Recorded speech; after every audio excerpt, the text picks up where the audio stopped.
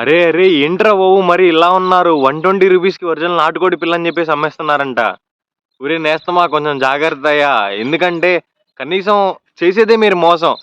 120 రూపీస్కి పిల్ల ఇవ్వడం అంటేనే మోసం రా. మళ్ళీ అందులో కూడా దాన్ని ఒరిజినల్ నాటుకోడి పిల్ల అని చెప్పేసి అమ్ముతున్నారంట. ఎంతవరకు కరెక్ట్ రా అది? కొంచెం జనాల్ని పిచ్చోళ్ళు చేయకండి రా. యాక్చువల్గా ఎలాగో జనాలు పిచ్చోళ్ళని అర్థమవుతుంది. ఎందుకంటే నాటుకోడి పిల్ల 1 మంత్ పిల్ల, 1 డే పిల్లనే 98 రూపీస్ ఉంటుందని తెలిసి కూడా 1 మంత్ పిల్లని 120 కొంటున్నారు చూడు, వాళ్ళే పిచ్చోళ్ళు. కానీ అది కూడా మీరు ఇంకా తెలుసుకొని ఇంకా వాళ్ళని టార్గెట్ చేసుకొని అయితే చాలా ఇది చేస్తున్నారు. కొంచెం చూసుకొని చేయండి రా బాబు. జనాలకే నేను చెప్పేది ఒకటే, మీరు వాళ్ళ దగ్గర తీసుకొని ఇబ్బంది పడ్డ తర్వాత నాకు ఫోన్ చేసి అన్నా పలానోళ్ళు ఇట్లా మమ్మల్ని మోసం చేశారంటాం. వాళ్ళ తప్పు కాదు, అది మీ తప్పే. ఎందుకంటే ఇన్ని డేస్ నుంచి చెప్తున్నా కూడా మీరు ఇంకా ఒరిజినల్ నాటుకోడి పిల్ల 1 మంత్ పిల్ల మీకు 120 రూపీస్ కొత్తని తీసుకున్నారు చూడు, మీదే తప్పు 100% కూడా. కొంచెం అన్నా మారండి రా బాబు. 120 రూపీస్కి అసలు 1 మంత్ బిల్ ఎట్లా వస్తుంది మీకు? కేజెస్ లెక్క వేసుకున్నా సరే అర్థమవుతుంది కదా. సో అదొకసారి చూసుకోండి. ఎవరైతే ట్రేడర్స్ ఉన్నారో కొంతమంది ఇప్పుడు హైలైట్ అయ్యారు. ఫ్రీ ట్రాన్స్ఫర్ అని చెప్పి ఫ్రీ ట్రాన్స్పోర్ట్ అని చెప్పేసి 120 రూపీస్కి అమ్ముతున్నారు.